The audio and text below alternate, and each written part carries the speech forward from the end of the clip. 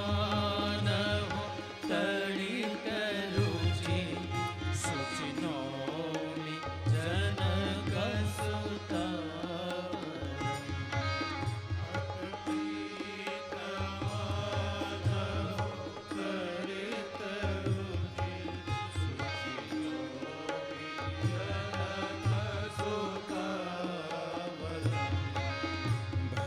दीन बंधु दीनेश दानु दैत वंशनि कंदनम दीन बंधु दीनेश दानु दैत वंशनि कंदनम रघुनंद आनंद कंद कौशल चंद दशरथ नंदनम रघुनंद आनंद कंद कौशल चंद दशरथ नंदनम सिर मुकुट कुंडल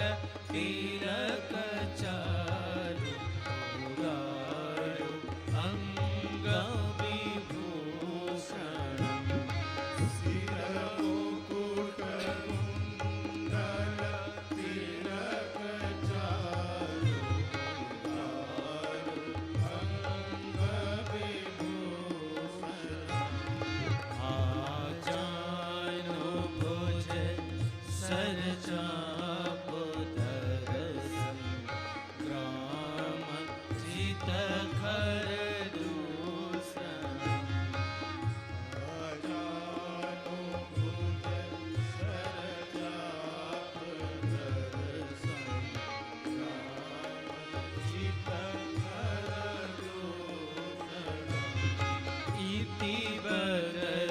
तुलसी दास शंकर शेष मुनि मन रंजनम तुलसी दास शंकर शेष मुनि मन रंजनम मम हृदय निवास करो कामाति अलदल कंचनम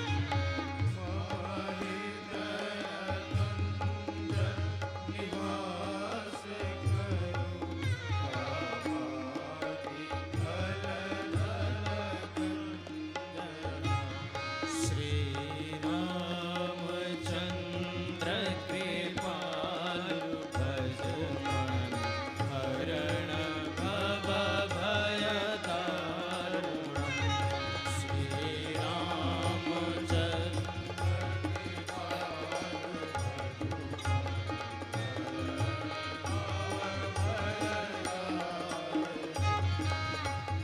हरण भव भय दारुणम हरण भव भय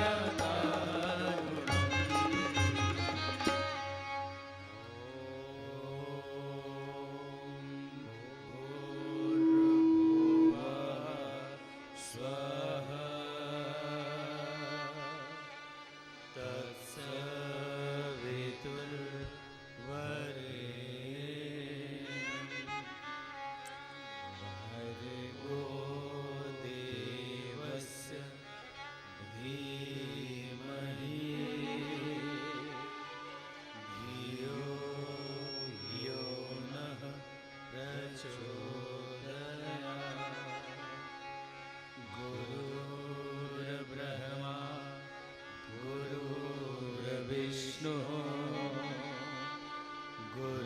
गुरुरेव महेश्वरः गुरुरेव परब्रह्म तस्मै श्री गुरवे नमः। अखण्डमण्डलाकारं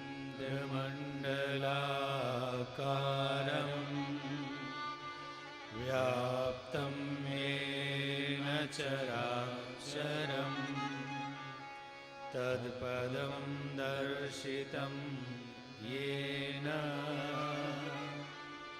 तस्मै श्री गुरवे नमः। गुरुवर गुरुता दीजिए,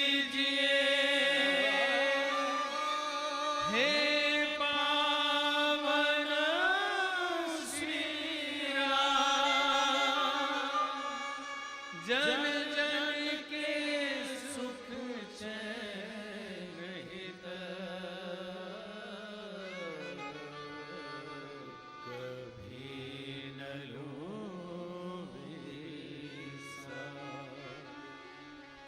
व्यासाय विष्णुरूपाय व्यासरूपाय विष्णवे नमो वै ब्रह्मनिधये वासिष्ठाय नमो नमः। लोकाभिरामं रणरङ्गधीरं राजीवनेत्रं रघुवंशनाथं कारुण्यरूपं करुणाकरं तं श्रीरामचन्द्रं शरणं प्रपद्ये।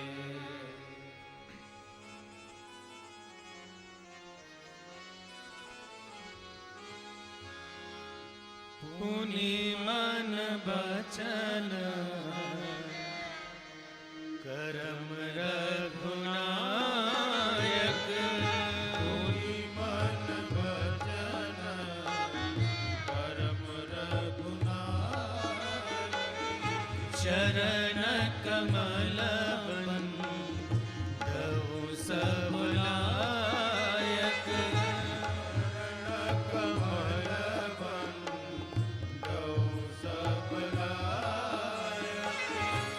राजीव नयन भरे धनुषायक। राजीव नयन भरे धनुषायक।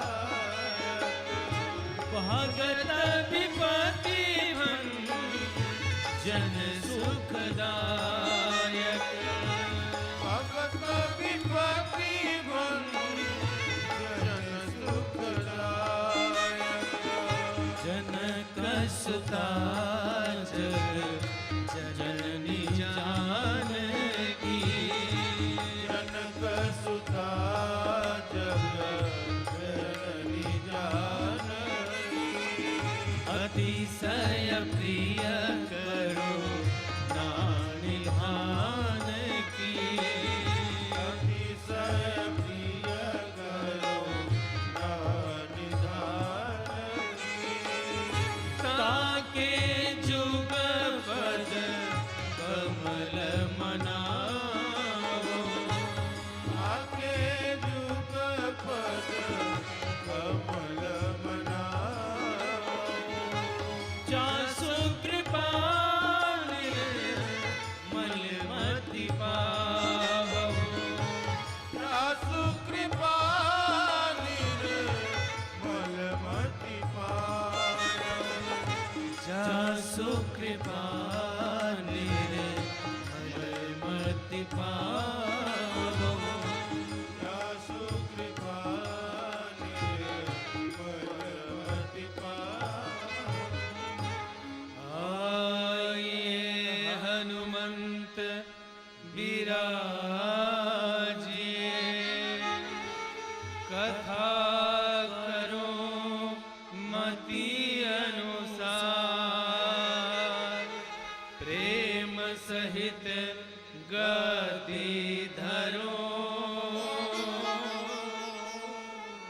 पधारिए पवन कुमार प्रणवो पवन कुमार खलबल पावक ज्ञान धर जासु हृदयागा बसहि राम सरचापधर मनोजवं मारुततुल्यवेगं जितेन्द्रियं बुद्धिमतां वरिष्ठं वातात्मजं वानरयूथमुख्यं श्रीरामदूतं शरणं प्रपद्ये।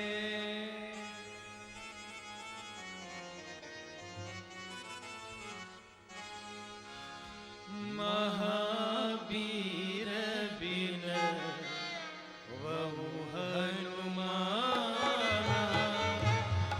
महावीर बिन वहु हनुमान राम जासु जस आप बखाना राम जासु जस आप बखाना सादर शिवहि नायब माता सादर शिवहि नायक माता वरदौ विशद राम गुण गाथा वर्णौ विशद राम गुण गाथा मंगल भवन अमंगल हारी मंगल भवन अमंगल हारी प्रभु सुदशरथ अजिर बिहारी प्रभु सुत सरत अजिर बिहारी मंगल भवन अमंगल हारी मंगल भवन अमंगल हारी द्रवौ सुदशरथ अजिर बिहारी प्रभु सुत सरत अजिर बिहारी मोर सुधारहि सो सब भाती मोर सुधारहि सो सब भाई जासु कृपा नहीं कृपा आदि जासु कृपा नहीं कृपा धारी सिय राम मय सब जग जानी सिया राम माया सब जग जानी करहु प्रणाम जुग जुग पानी करहु प्रणाम जुग जुग पाई करहु प्रणाम जोरि जुग पानी करहु प्रणाम जोरि जुग पाई करहु प्रणाम जोरि जुग पानी।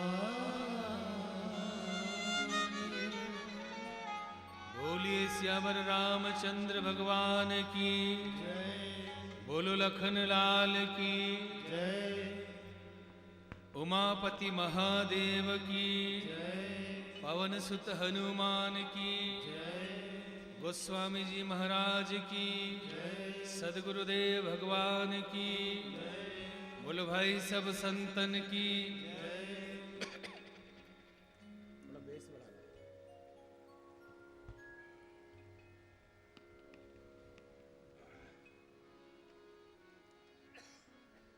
भगवान त्रिवटीनाथ के मंदिर के इस पावन प्रांगण में उपस्थित देवतुल्य भाइयों तथा शक्ति स्वरूपा माताएं बहनें, जगत गुरु शंकराचार्य जी ने अपनी एक पुस्तक में लिखा है, दुर्लभम त्रिमेकम देवानुग्रह हेतुकम। इस संसार में 3 वस्तुएं दुर्लभ हैं।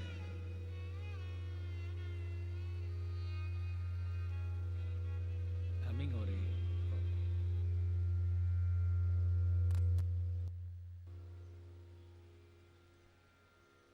बोली राजा रामचंद्र भगवान की जय। इस संसार में 3 वस्तुएं दुर्लभ हैं। यूं तो जिसके पास जो नहीं है वो उसके लिए दुर्लभ सा लगता है। किसी भूखे के लिए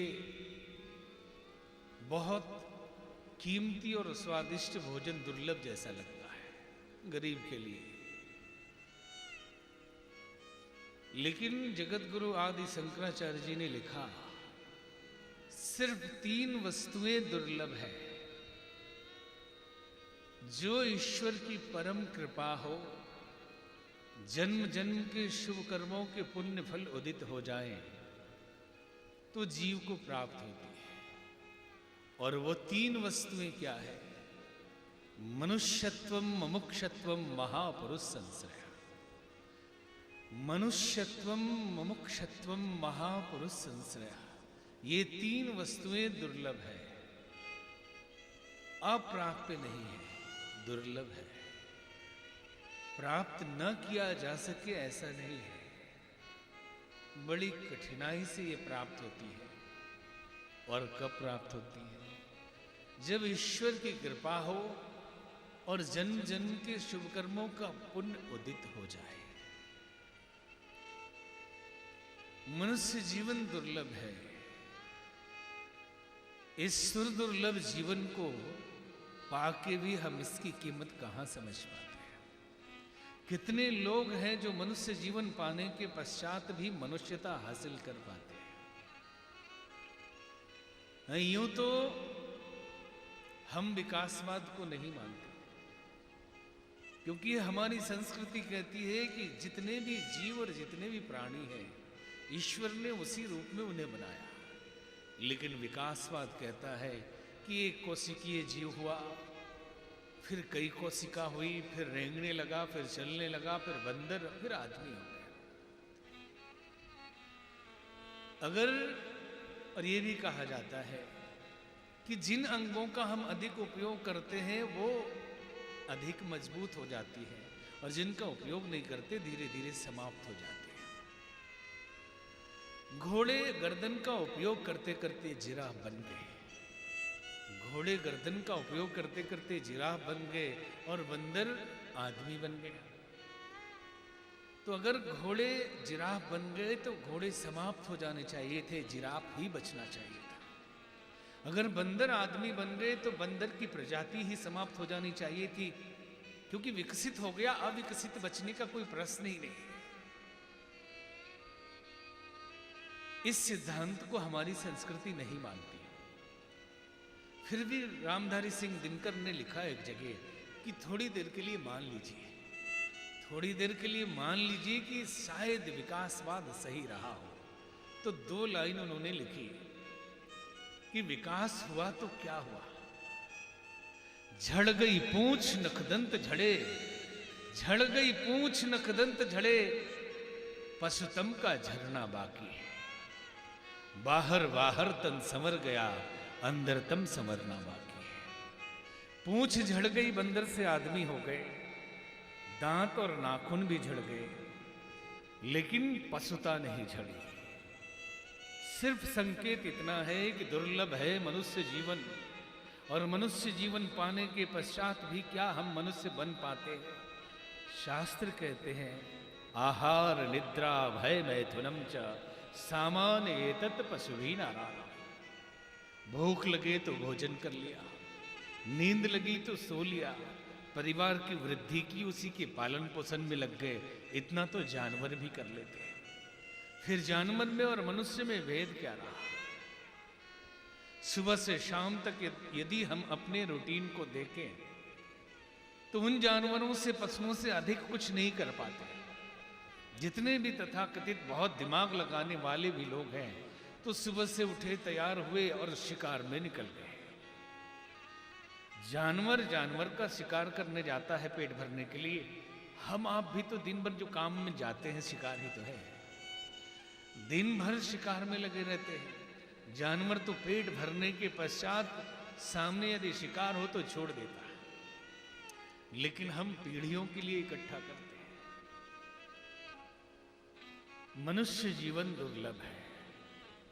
मनुष्य जीवन पाने के बाद भी यदि भगवत प्राप्ति की आकांक्षा न हुई, यदि ईश्वर मिलन की चाहत नहीं हुई, यदि अपने आप को जानने की जिज्ञासा नहीं हुई, धर्म की अलग अलग परिभाषाएं की जाती है।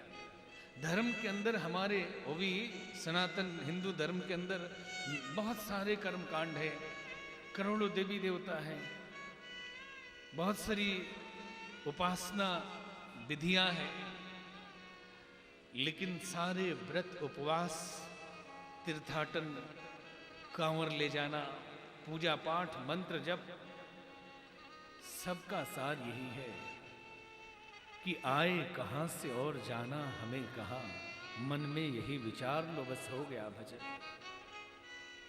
यदि कहा जाए कि धर्म और अध्यात्म को समझना है तो इतनी सी बात है, बाकी सब उसी के लिए है। सारे इंतजाम इसीलिए है कि हम कौन हैं और यहां क्यों आते हैं। अगर यहीं रहना होता तो बात अलग थी, यहां से लौट जाना पड़ता है। तो वो कौन सा स्थान है जहां हम लौट जाते हैं और क्यों लौट जाते हैं, किसने हमें भेजा, आखिर इस जीवन का उद्देश्य क्या है। यही धर्म और अध्यात्म का सार है। मनुष्य जीवन पाने के बाद भी ये जिज्ञासा नहीं हुई कि हम कौन हैं, हमारा पिता कौन है या हमें भेजने वाला कौन है, तो ये जीवन निरर्थक चला जाता है। तो दुर्लभ है मनुष्य जीवन, और उससे भी दुर्लभ है मुमुक्षुत्व, भगवत प्राप्ति की आकांक्षा दुर्लभ है। क्योंकि सुर दुर्लभ मानव योनि 600 करोड़ जीवों को मिली है, एक दो को नहीं, 600 करोड़ जीवों को सुर दुर्लभ मनुष्य योनि मिली।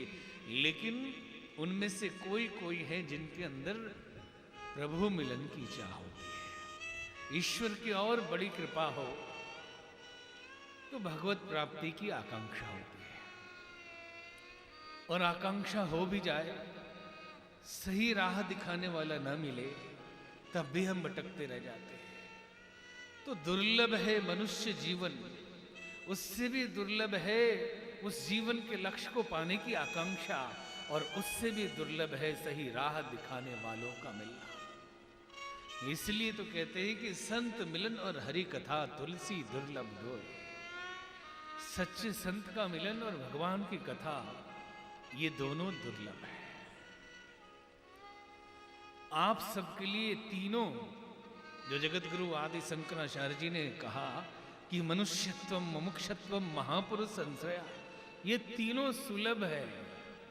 मनुष्य जीवन मिला, मानव योनि में है, भगवत मिलन की इच्छा है इसलिए कथा सुनने आए, और कथा में बैठ गए, सत्संग हो गया तो तीसरी बात भी आपके लिए पूरी हो गई। कथा जीवन को मार्ग दिखाने वाली एक रोशनी है, एक टॉर्च है। कई लोग ये विचार करते हैं कि रामचरितमानस की कथा, न केवल रामचरितमानस की बल्कि जितने भी रामायण अब तक लिखे गए हैं, सबकी कथा मिलाकर रामानंद सागर ने टीवी सीरियल बना दिया। अब क्या बचा जो ये कथावाचक लोग सुनाएंगे।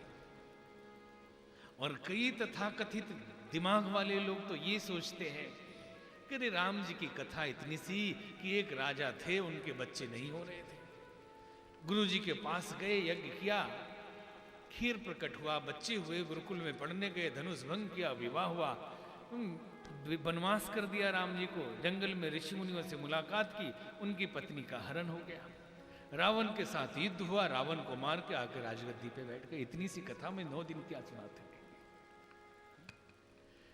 राम कथा केवल किसी राजघराने के राजपुरुष के जीवन की कहानी नहीं है, ये सकल मानव जीवन के लिए पथ प्रदर्शक और मार्गदर्शन करने वाली एक अद्भुत राह है। भगवान राम जी के चरित्र में इसलिए राम जी की जो लीला होती है उसको कभी नाटक नहीं कहा जाता, लीला कहा जाता है। वो रामलीला हो या कृष्ण लीला हो, उसमें भी पाठ करते हैं या दूसरी कहानी लेके यदि ड्रामा करें तो आप उसको कहते हैं ये नाटक चल रहा है या ये ड्रामा चल रहा है। लेकिन प्रभु की कहानी को लेकर अगर दिखाएं तो कहते हैं कि ये लीला हो रही है। ईश्वरीय चेतना, ईश्वर निराकार है, कण कण में व्याप्त है, लेकिन वही चेतना जब साकार रूप में धरती पर जन जन के कल्याण के लिए आती है उसे ही अवतार कहा जाता है। कहते हैं कि भक्त ने भगवान को पुकारा, भक्त ने भगवान को पुकारा और कहने लगा कि प्रभु आप तक पहुंचने के लिए बहुत सीढ़ियों को चढ़ना पड़ता है, साधना के सोपान चढ़ने पड़ते हैं, तपस्या के बड़े बड़े लिफ्ट को पार करना पड़ता है, बड़ी कठिनाई है आप तक आने में, लेकिन प्रभु आप सर्व समर्थ हैं, आप तो नीचे आ सकते हैं, हम आप तक नहीं आ सकते, आप तो हम तक आ सकते हैं। जब भक्तों के हृदय की आकुलता उस प्रभु के कानों तक पहुंचती है तो वो सीधे नीचे चला आता है, और इस उतरने की प्रक्रिया को ही अवतरण कहते हैं, और यही अवतार है। चेतना जब उतरती है और मनुष्य रूप में ही, कथा सत्संग भी है और भक्ति भी है। नौधा भक्ति का उपदेश जब भगवान राम ने सबरी को दिया तो आप जरा कल्पना करना कि कोई भी भक्ति इसलिए की जाती है कि भगवत प्राप्ति हो जाए, प्रभु से मिलन हो जाए, परमात्मा प्राप्ति हो जाए। लेकिन जिसे परमात्मा मिल चुके हो उसे भक्ति करने की क्या आवश्यकता है? चलना उसे पड़ता है जिसे पहुंचना है, और जो पहुंच ही गया हो वो चल के क्या करेगा? तो जब भगवान श्री राम मिल ही गए तो सबरी को अब भक्ति की कोई आवश्यकता है नहीं। लेकिन दुनिया भक्ति समझ ले, इसलिए भगवान राम ने सबरी को भक्ति का उपदेश दिया और कहा कि प्रथम भगति संतन कर संगा, दूसरी रति मम कथा प्रसंगा। पहली भक्ति संतों का संग है और दूसरी मेरी कथा में रति है, लगाव है। तो ये भक्ति भी है और ये सत्संग भी है। मनुष्य जीवन में ऊंचा उठना और नीचे गिरना, पुण्य करना और पाप करना, सुखी होना और दुखी होना, व्यक्तित्व का निर्माण करना और जीवन को घटिया स्तर पे ले जाना, नाना प्रकार के प्रयोग समाज में किए जाते हैं। जीवन को सुधारने के बड़े बड़े सेमिनार लगाए जाते हैं, बहुत तरह के तरीके सिखाए जाते हैं। लेकिन यदि समझा जाए तो मनुष्य का व्यक्तित्व केवल संग की परिणति है। संग अर्थात संगति। आदमी जिसके संग में रहता है वो वैसा हो जाता है, जो जैसा है उसे वैसा है माना जाता है, लेकिन वो वैसा हमेशा नहीं है। जब तक उसका संग वैसा है तब तक वो वैसा है। आज संगति बदल जाए तो व्यक्तित्व बदल जाएगा, जैसे ही चिंतन बदलेगा वैसे ही व्यवहार और कर्म बदल जाएगा, परिणाम भी बदल जाएगा। घटिया से घटिया निम्न श्रेणी में जीने वाले मनुष्य को भी यदि संतों के संग में रखा जाए तो थोड़े दिन में वो संत पुरुष बन जाएगा, और बड़े से बड़े संत को भी यदि लगातार रखा जाए बुरे विचारों के साथ तो इन विचारों का प्रभाव पड़ जाएगा।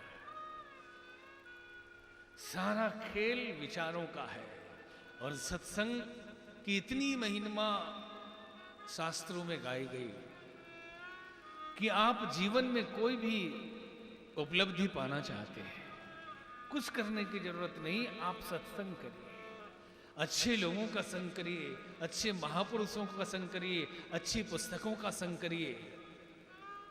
किसी को महापुरुष बनने के लिए कोई टैबलेट खाने की जरूरत नहीं पड़ती, कोई दवाई खाना नहीं पड़ता है, क्योंकि व्यक्तित्व चिंतन का परिणाम है। लेकिन वर्तमान चिंतन लंबे समय के सतत अभ्यास का परिणाम है, जो हम लगातार सोचते रहते हैं।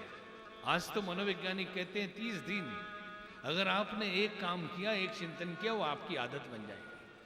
फिर 31वें दिन आपको कुछ सोचने की जरूरत नहीं, आप वही करेंगे। इसलिए सत्संग, कथा सत्संग भी है, जीवन को बदलने वाली है। एक बार हमने सुना कि 2 चोर चोरी करके भाग रहे थे। राजा के सिपाही उनके पीछे लगे हुए थे। एक चोर तो कहीं और जाकर छुप गया, लेकिन दूसरे चोर ने देखा कि भागवत की कथा हो रही है, उस भीड़ में जाके छुप गया और कथा व्यास सुना रहे थे कि देवी देवताओं और भूत प्रेतों की छाया नहीं होती है। ये सुनकर चोर को बड़ा दुख हुआ। वो मन मन सोचने लगा कि मैं कथा नहीं सुनता तो अच्छा ही करता था, क्योंकि आखिर कथा का प्रभाव तो जीवन में पड़ना चाहिए। यदि मैं पहले सुन भी लेता कि देवी देवताओं और भूत प्रेतों की छाया नहीं होती तो मेरे जीवन में क्या फर्क पड़ने वाला था कि ऐसे ही ये लोग कथा सुनाते हैं। चोर वहां से चला गया। अगले दिन दोनों चोरों को बंदी बना दिया गया, लेकिन राजा के पास कोई सबूत नहीं था कि साबित हो सके कि इन्होंने चोरी की है। तो राजा ने गुप्तचरों को बुलाया और कहा कि किसी भी तरह से इनसे बुलवा लो कि इन्होंने चोरी की है। गुप्तचर गए और उसमें से एक गुप्तचर ने काली माता का रूप बनाया, जीभ निकाली, शरीर काला किया और सीधे ऊपर से प्रकट हुआ और जाकर कहने लगा, मैं काली खप्पड़ वाली, मैं जानती हूं कि तुम दोनों ने चोरी की है, यदि स्वीकार कर लो तो माफ कर दी जाएगी। एक चोर तो चरणों में गिरकर रोने लगा कि हे मैया, आप तो जानती हैं कि मेरे घर में बड़ी गरीबी है, विपत्ति है, इसके कारण मैं चोरी करता हूं। और दूसरे चोर ने देखा कि पीछे से बत्ती जल रही थी और काली माता की छाया सामने पड़ रही थी। तो उसने सोचा कि यदि व्यास जी ठीक बोल रहे थे कि देवी देवता की छाया नहीं होती, तो ये काली माता नहीं है। अगर ये काली माता है तो व्यास जी झूठ बोल रहे थे। तो एक बार तो व्यास जी के बातों पे भरोसा करके देखता हूं। और तुरंत भरोसा किया, चरणों में गिरकर कहने लगा कि हे मैया, आप तो सर्वद्रष्टा है, आपको तो मालूम है कि मैंने जीवन में कभी चोरी नहीं की, मैं तो सीधा सच्चा इंसान हूं, चोरी तो मेरी आदत में नहीं है। अब वो बहरूपिया कहने लगा, हाँ बेटे, तूने कभी चोरी नहीं की, चोरी तो इसने की, सजा इसी को मिलेगी। और वहां से वो चोर निकला और रोने लगा फूट फूट कर। मन में विचार करने लगा कि कुछ क्षण के लिए मैं गलती से कथा में बैठ गया, कुछ शब्द मेरे कानों में पड़ गए, तो इस संसार के कारागृह से मुझे मुक्ति मिल गई। काश मैं हमेशा कथा में बैठता तो इस भवसागर वाले कारागृह से मुक्ति मिल जाती। तो कथा जीवन को बदलने वाली है। इसलिए गोस्वामी जी ने लिखा कि भवसागर पर चह पार जो पाप, भवसागर चह पार जो पावा, भवसागर चह पार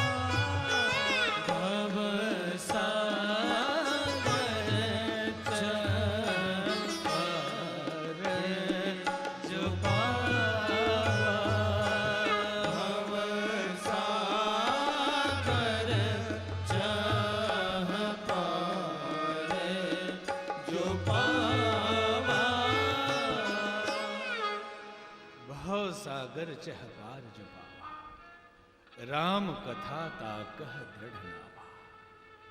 संसार के भवसागर से पार होना चाहते हैं तो ये राम कथा उसके लिए दृढ़ नौका के समान है। इतना ही नहीं, गोस्वामी जी आगे लिखते हैं, राम कथा सुंदर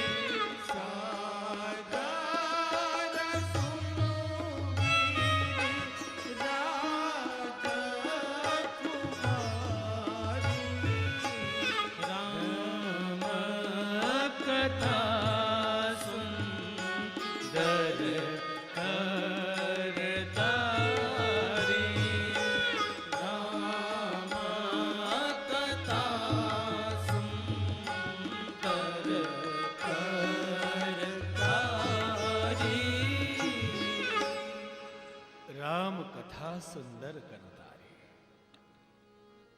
भगवान राम की एक कथा हाथ की सुंदर ताली है। जैसे गांव में माताएं गेहूं या कोई अनाज सूखने के लिए डालती हैं तो पक्षी आके चुगने लगते हैं और उनको ताली मार मार के भगाते हैं। संसार के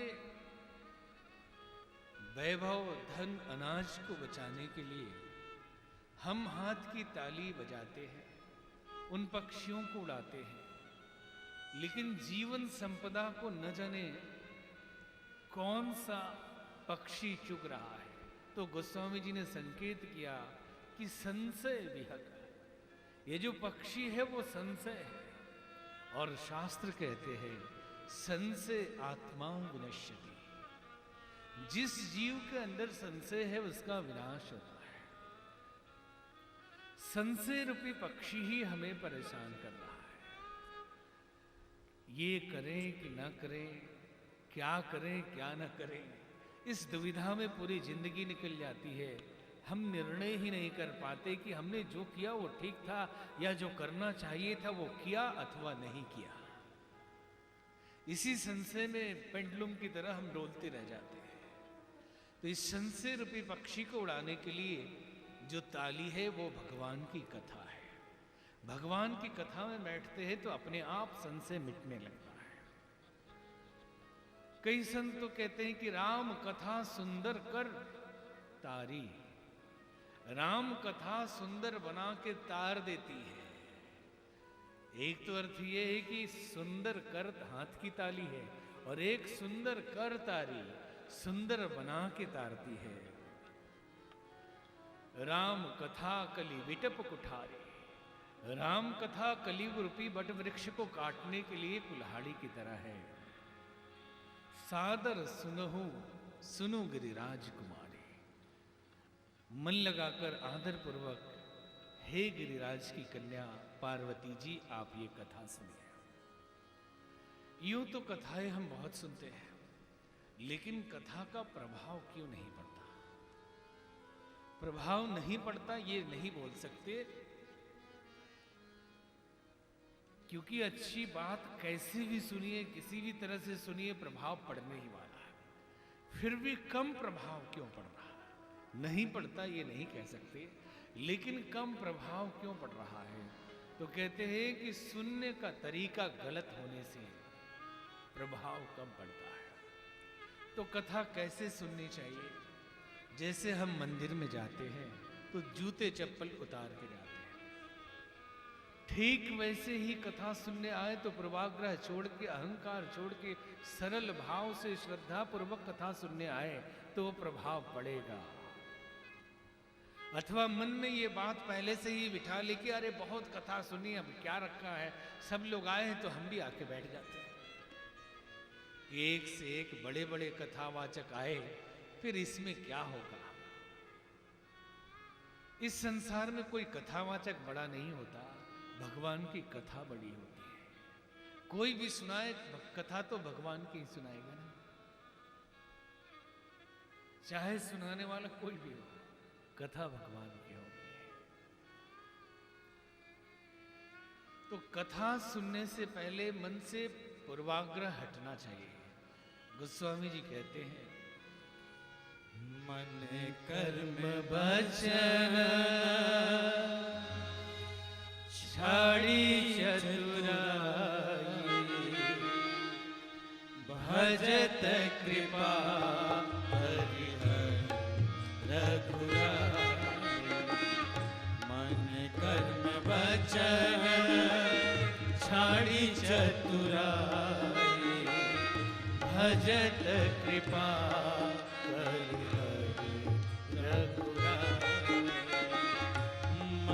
कर्म वचन छाड़ी चतुराई, मन कर्म वचन छाड़ी चतुराई, भजत कृपा करिहरि रघुराई। मन कर्म वचन छाड़ी चतुराई, भजत कृपा करिहर रघुराई, भजत कृपा करिहर रघुराई। मन से, कर्म से, वचन से चतुराई छोड़कर कथा सुननी चाहिए। यदि सुनने का तरीका न आया तो प्रभाव नहीं पड़ेगा। तो कैसे सुने, इसके लिए गोस्वामी जी लिखते हैं कि मन से, कर्म से और वचन से चतुराई छोड़कर भगवान का भजन करें अथवा कथा सुने तो लाभ मिलेगा। अन्यथा कई लोग वचन से बड़े मीठे होते हैं लेकिन मन से बड़े कड़वे होते हैं। मन में कुछ है, बोलने में कुछ है, अंदर कुछ बाहर कुछ, और परमात्मा तो देख रहा है, वो तो अंदर भी झांक रहा है, बाहर भी देख रहा है। तो मन भी साफ रखें, बोले भी ठीक। चतुराई ईश्वर के दरबार में नहीं चलती। संसार में हम किसी को ठगते हैं, चतुराई करते हैं, वो भी परमात्मा को पसंद नहीं। वो तो हमेशा यही कहते हैं कि निर्मल जन मन सो मोहि पावा, मोहि कपट छल छिद्र दुरावा। जो निर्मल है, पवित्र है, वही मुझे पाते हैं, और जो बहुत चालाक हैं, कपटी हैं, वो मुझे नहीं भाते हैं। चाहे लाख चतुराई करें, लाख इंतजाम करें, वीआईपी में जाके दर्शन करें, तिरुपति या कहीं चले जाएं, जब तक मन से चतुराई नहीं जाएगी परमात्मा आपको स्वीकार नहीं करेगा। कोई पूजा पाठ करो या ना करो, उपासना विधि आती हो या ना आती हो, अगर हृदय पवित्र है तो परमात्मा वहीं विराजमान है। मन से, कर्म से और वचन से चतुराई छोड़ दें, दूसरा अध्यात्म के लिए कोई रास्ता नहीं, कोई शॉर्टकट नहीं, कोई पगडंडी नहीं, सीधे एक ही मार्ग से जाना पड़ता है। सारी तपस्या, सारा व्रत, सारे उपवास इसीलिए है कि हृदय पवित्र हो जाए। लोग इंसानों को ठगते हैं, यहां तक तो चल जाता है, भगवान के दरबार में वो भी नहीं चलता, संसार में चल जाता है। लेकिन दुख तो तब होता है जब इंसान भगवान को ठगने की कोशिश करता है। जब इंसान भगवान को ठगने की कोशिश करता है जैसे मानो भगवान कोई किराए की गाड़ी हो कि बरेली से फरीदपुर जाना है, तो गाड़ी वाले पहले पहुंचा दो तो किराया दूंगा, यदि रास्ते में गाड़ी खराब हो गई तो दूसरी गाड़ी कर लूंगा, किराया नहीं मिलेगा। हनुमान जी अगर आप हमारा काम करा देते हैं तो 1 किलो लड्डू आपको मिलेगा, और नहीं हुआ तो दूसरे देवता को चढ़ेगा। शंकर भगवान अगर मुकदमा जीत गए तो नारियल तोड़ूंगा, और नहीं तो फिर वो राम जी के मंदिर में जाएगा। कि जैसे कोई ऐसी गाड़ी हो जो प्रीपेड नहीं है, पोस्ट बाद में देना है, गाड़ी बिगड़ गई तो नहीं देंगे। एक बार कुछ व्यापारी व्यापार करने के लिए समुद्र की यात्रा कर रहे थे। उसमें अमीर व्यापारी थे, बड़े धनी, और गरीब व्यापारी भी थे। बीच समुद्र में जब जहाज पहुंचा, बिजली कड़कने लगी, बरसात होने लगी, तूफान आने लगा। सारे व्यापारी घबराने लगे कि अब मौत दिखाई दे रही है। सब चिल्लाने लगे, रोने लगे, प्रार्थना करने लगे, हे दीनबंधु, हे दीनानाथ, हे प्रभु हमारे प्राणों के रक्षक, जान बचाइए। बहुत प्रार्थना की, लेकिन नाव लग रहा था कि अब डूब ही जाएगी। सबने सोचा कि सब लोगों ने प्रार्थना कर ली, सेठ जी ने प्रार्थना नहीं की। तो सब मिलके गए, कहने लगे सेठ जी आप बड़े अमीर हैं, शायद आपकी प्रार्थना भगवान स्वीकार कर ले, हम लोगों की स्वीकार नहीं कर रहा। क्योंकि लगता है ऐसा कि कलयुग में अमीरों की प्रार्थना अधिक स्वीकार की जाती है, गरीबों को कौन पूछ रहा है। ये एक दृष्टि भ्रम की तरह है कि बड़े से बड़े सोना चढ़ाओ, हीरे चढ़ाओ, पैसा चढ़ाओ तो शायद भगवान खुश हो जाते होंगे, जबकि ऐसा नहीं है। फिर भी सबने सिखाया, समझाया, सेठ जी आप अमीर आदमी हैं, आप प्रार्थना करिए, शायद भगवान आपकी सुन ले। उन्होंने कहा मुझे तो प्रार्थना आती नहीं, सुबह सुबह दुकान में अगरबत्ती दिखाता हूँ, सामान की सेटिंग कराता रहता, कुछ स्तुति पाठ मालूम नहीं। बोले करना क्या है? आप बोलिए हे भगवान जान बच जाए तो आपको कुछ दूंगा। तो बोले क्या दूंगा बता दूं? अरे बोल दीजिए कि बेच के महल गरीबों में दान कर दूंगा। 5 करोड़ का महल है। अब सेठ जी घबराए कहीं महल न बिचवा दे लो। तो बोले जान बचेगी तब तो महल रहेगा, बोल देने में क्या दिक्कत है। उन्होंने कहा बेचकर गरीबों में दान कर दूंगा, हे प्रभु जान बच जाए। पानी रुक गई, बिजली थम गई, सबकी जान बची, सबने सेठ जी की जय जयकार कर दी। लौट के जब आए 1 महीना गुजर गया, सेठ जी ने महल बेचकर दान नहीं किया। गांव भर के लोग आए, कहने लगे सेठ जी आपने दान नहीं किया। बोले कल करता हूं। सब लोग आ गए देखने कि सेठ जी 5 करोड़ का महल बेचकर दान करने वाले हैं।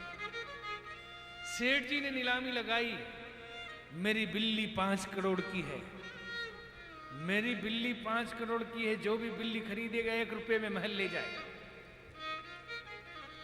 जो भी ये बिल्ली खरीदेगा 1 रुपए में महल उसको दे दिया जाएगा। बिल्ली खरीद ली, बिल्ली खरीद ली और 1 रुपए में महल ले गए। सेठ जी ने 1 रुपया गरीबों में दान कर दिया।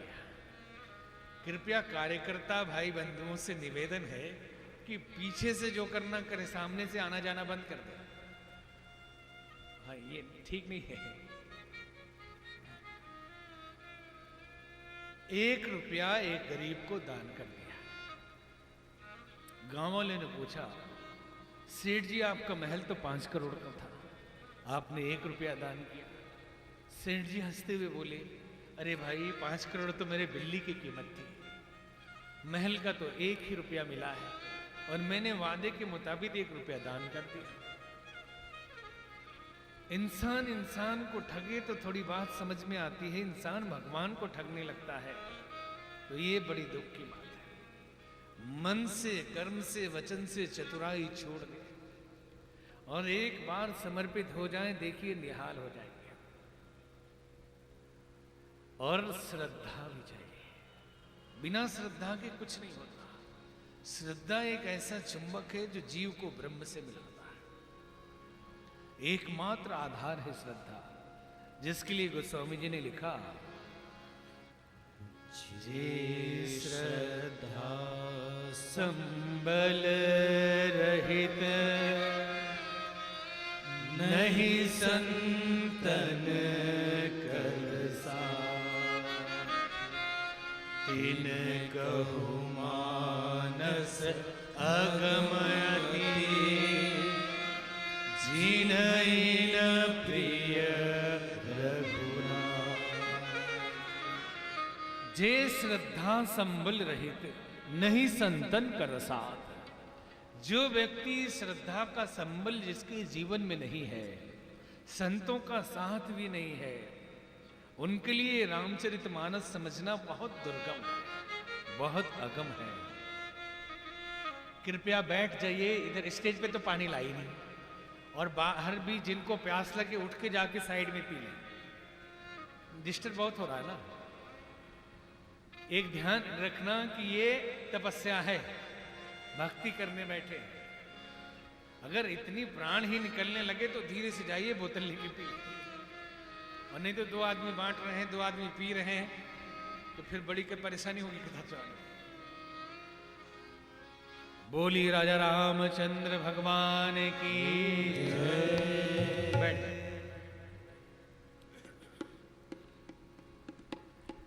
पहले के जमाने में लोग भगवान पाने के लिए जंगल में जाते थे।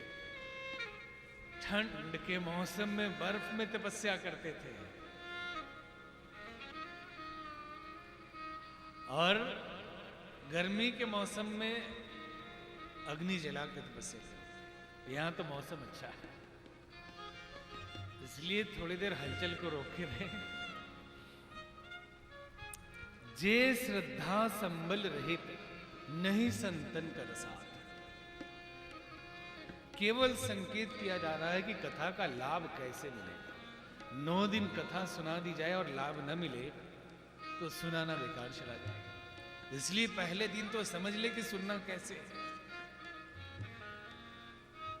श्रद्धा का संबल जिसके पास नहीं है और संतों का साथ नहीं है, उनके लिए मानस समझना बहुत मुश्किल है। श्रद्धा से ही सब कुछ होता है। एक बार एक संत सुना रहे थे कि यदि श्रद्धा हो और आप कहें कि पहाड़ पिघल जाए तो पहाड़ पिघल जाएगा। एक महिला अगले दिन आई और कहने लगी कि बाबा आप लोग झूठ बहुत बोलते हैं। बोले कैसे?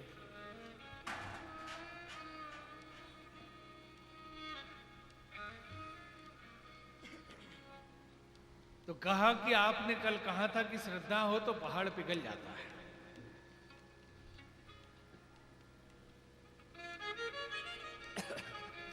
मैं अपने मकान के छत पे गई।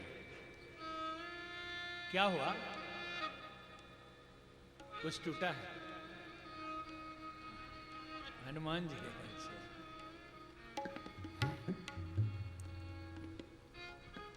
तो उधर ध्यान ना दे, कथा में ही ध्यान देना। वो तो पहले से बैठे, आवाहन तो कर दिया गया।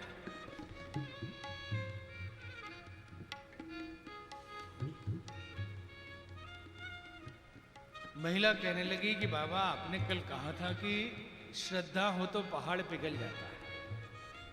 मैं अपने दुमंजिले पे गई, पहाड़ को देखा और कहा कि मेरी श्रद्धा है ये पहाड़ पिघल जाए। पहाड़ पिघलना तो दूर, वो थोड़ा सा छोटा भी नहीं हुआ, थोड़ा हिला भी नहीं। मेरी पूरी श्रद्धा थी, लेकिन मैं जानती थी कि पहाड़ नहीं पिघलने वाला। श्रद्धा से कुछ नहीं होता। स्वामी जी हंसने लगे कि बेटी तूने ठीक कहा। मैंने कहा था कि श्रद्धा से सब कुछ होता है। तो तेरी श्रद्धा जिसमें थी वही हुआ। तेरी श्रद्धा तो इसमें थी ही नहीं कि पहाड़ पिघल ही जाएगा। तू तो बोल रही है कि मैं पहले से जानती थी कि पहाड़ नहीं पिघलने वाला। जिसमें श्रद्धा रहेगा वही होगा। तेरी श्रद्धा इसमें नहीं थी कि पहाड़ पिघलेगा। बल्कि तेरी श्रद्धा तो इसमें थी कि मैं जानती हूं पहाड़ नहीं पिघलेगा, तो पहाड़ कैसे पिघलेगा? जिसमें श्रद्धा होती है वही होता है। श्रद्धा जरूरी है कथा के लिए। बोली राजा रामचंद्र भगवान की जय। ये एक सरोवर है, कथा भी एक सरोवर है, और इस सरोवर के भी 4 घाट हैं। गोस्वामी जी ने लिखा, सुठी सुंदर संवाद वर बीरचे बोधि यही पावन सुभग सर घाट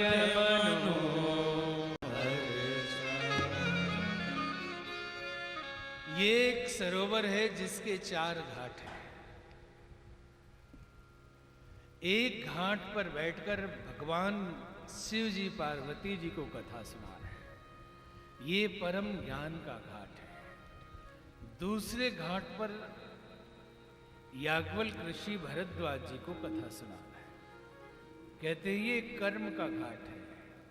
और तीसरे घाट पर काग भुसुंडी जी गरुड़ जी को ये पावन कथा सुना रहे हैं, ये भक्ति का घाट है। चौथे घाट के लिए लोगों ने पूछा कि ये कौन सा घाट है? उन्होंने कहा ये समर्पण का घाट है। किसी समझदार भक्त ने पूछा कि बाबा हमने तो सुना है कि समर्पण की पराकाष्ठा ही भक्ति है, अहंकार का विसर्जन ही भक्ति है। फिर ये भक्ति अलग से आ गई और समर्पण अलग से आ गया। गोस्वामी जी कहने लगे कि वास्तव में हो सकता है भक्ति के लिए कोई पूजा पाठ करना पड़े, कोई नियम करना पड़े। जैसे किसी को नमन करते हैं तो कभी हाथ जोड़ के, कभी अलग अलग तरीके से, लेकिन साष्टांग गिर जाने में कोई नियम नहीं लगता।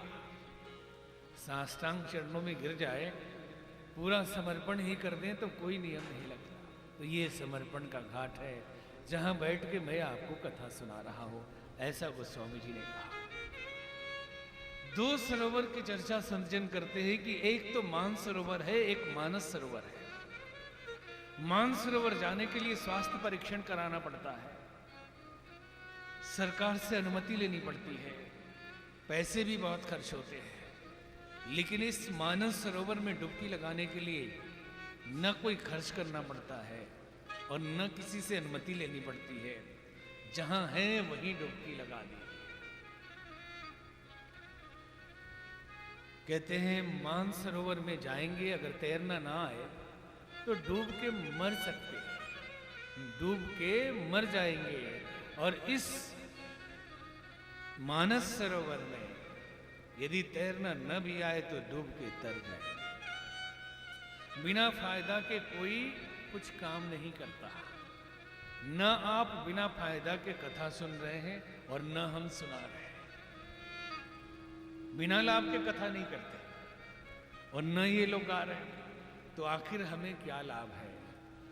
इसके लिए गोस्वामी जी ने वर्णन किया इन तीनों को क्या फायदा है, सुनने वाले को, सुनाने वाले को और गाने वाले को। रघुवंश भूषण चरित